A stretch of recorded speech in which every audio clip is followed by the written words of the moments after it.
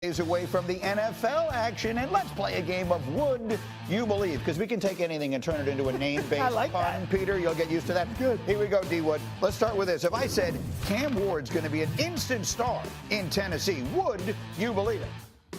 I would not. And listen, I base that on what we've seen transpire the last couple of years, when we're talking about C.J. Stroud was a star his rookie year. Jayden Daniels upended him and was a star his rookie year. Are we talking about Cam Ward being on that type of trajectory, that type of level? I just have a hard time thinking he's going to reach that level, so I would not. Yeah, it's setting a very, very high bar, but that's what these guys before him have done. All right, next one, more quarterbacks. Would you believe Jaxson Dart winds up getting drafted ahead of Shedeur Sanders? I would believe this. I would, because I put a pin in that one. I want to come back to it in a minute with Schrager, but here's the last one for you. Steelers will take Jalen Milroe with their first-round pick. Would you believe it?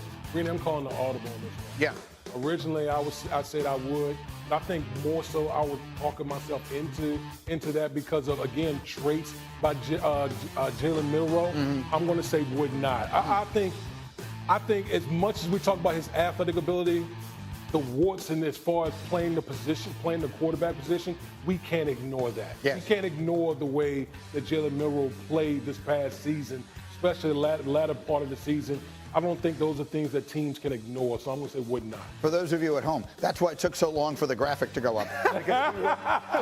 He literally changed his mind in the moment. Yes. Score that one, not the fault of our staff. That's working right. hard behind the scenes. Well, you're wondering to yourself, well, I don't know anyone saying Jalen Milroe is going to go 21 to the Steelers. Yes, you do. Dan Orlovsky said it yesterday here on Get Up. I'm more intrigued with the Steelers and Jalen Milroe than I was 2 or 3 weeks ago. I would start with this.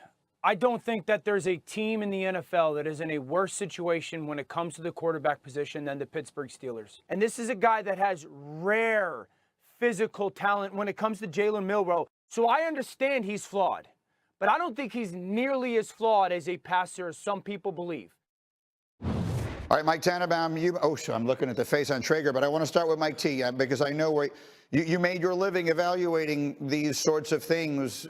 What are your thoughts here? Jalen Milroe as high as 21. Yeah, right player, wrong round. You know, we talk about floors and ceiling. He has a high floor. He has 77 touchdowns between passing and running. He has a ton of ability, and the ceiling's very high. But right now, from the pocket, his completion percentage is just average and needs to get better, Greeny. When you're the Steelers and you pay $30 million a year, excuse me, and a second-round pick for DK Metcalf, you want to win right now. Jalen Milroe is a win-tomorrow quarterback, and that's why, to me, it's very inconsistent to take him at 21 and give up a second-round pick for Metcalf. Yeah, listen, and I mean, it chokes me up just thinking about it, too. Here's the thing, Schrager. I mentioned earlier in the hour, I mean, I've been working on these players since January. Jalen Milroe's name was being talked about like in the late second, third round. All of a sudden, he's invited to the draft. He's coming. There's a lot more buzz than I would have expected. Should we be expecting Jalen Milroe to go in the first round of this draft? No, but it could happen. Here's what he brings. He brings something in a package this year where you put him in on the red zone and you give him 5 plays a game. You give him 10 plays a game, and then you let him learn from a veteran quarterback, and eventually he's your guy. If you're the Steelers and you're assuming that Rodgers is not your quarterback, Milroe at 21 wouldn't be the pick. You've got a veteran team with veteran wide receivers. The team that I would look for is a team that has a guy that maybe they're not 100% certain is the long-term future that you could put him in, like a Seattle. They signed Sam Darnold to what, a 3-year deal. Sam Darnold has had ups and downs. Seattle wouldn't take him at 18, but if we're sitting at 27, 28, 29, 30, you want to trade back in, that's the Milroe pick where, all right, Darnold's struggling, don't worry, we've got Milroe, or it's 3rd and 6, and we want to have a splash play. Let's put Milroe in there. He does the read option, and we get it. This is not a full-time quarterback in year one. He's certainly not a quarterback of a team that went to the playoffs last year and still sees a window with veteran guys. Listen, to spend 5 consecutive minutes with Jalen Milroe was to love him. He was here in studio. So what I'm about to say, I say as someone who will root for him forever. Jalen Milroe, after the Georgia game last year, which was in September, threw more interceptions than he did touchdowns, and 2 of those touchdowns were against Mercer. So, I mean, this was a struggle of a season in his final year in college. I agree. He has enormous talent. It is a project and perhaps a long-term one.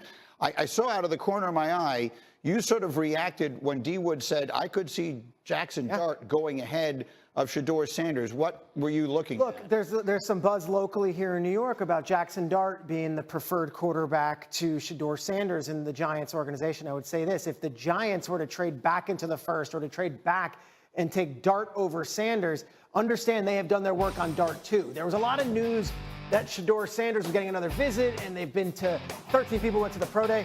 Take a look at these facts right here. They've done as much work and have been in the building in Ole Miss as much as they have for Shedeur Sanders. Furthermore, Joe Shane has a kid, an analyst at Ole Miss, so you've got people there. And then Charlie Weiss Jr. is the one calling the plays. And if you look at Brian Daboll and his history, and of course, Mike, you know this, and D. Wood, you know this, Charlie Weiss and Daboll through the Belichick tree have a lot of connections as well. The Giants will know everything they need to know about Jaxson Dart. So if they take him over Shedeur Sanders, it's not just them throwing, pun intended, a dart at the wall. It's because they've done just as much work on that player as they have on Shedeur. Okay.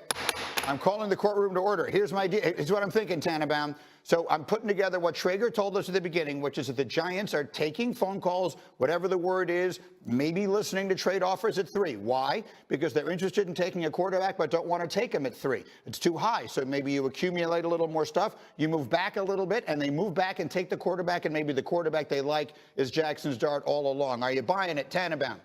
Yes, sir. I like it a lot. And more specifically, you could do it one of two ways, your way or take Carter/Hunter. When Peter talks about moving back up into the first round, let's keep in mind, really important, you get that 5th year. And that becomes more and more important when we see these veteran salaries for quarterbacks at $60 million plus per year. So either scenario works for the Giants. Ideally, they get 2 good players in the first round. Okay, I like it a lot. Let me leave it there for the moment.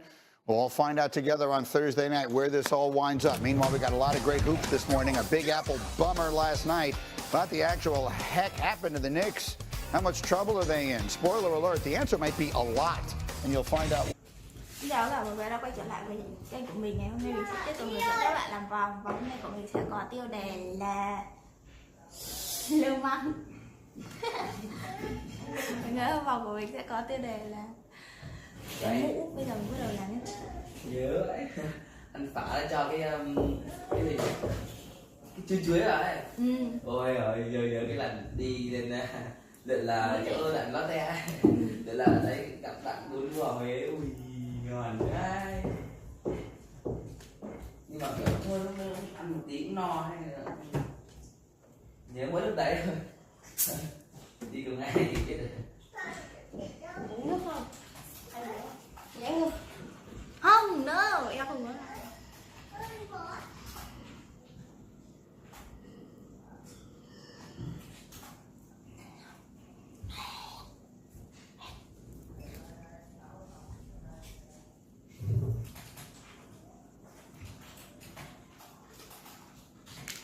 Nhớ màu trắng, tiếp đến là màu xanh nha.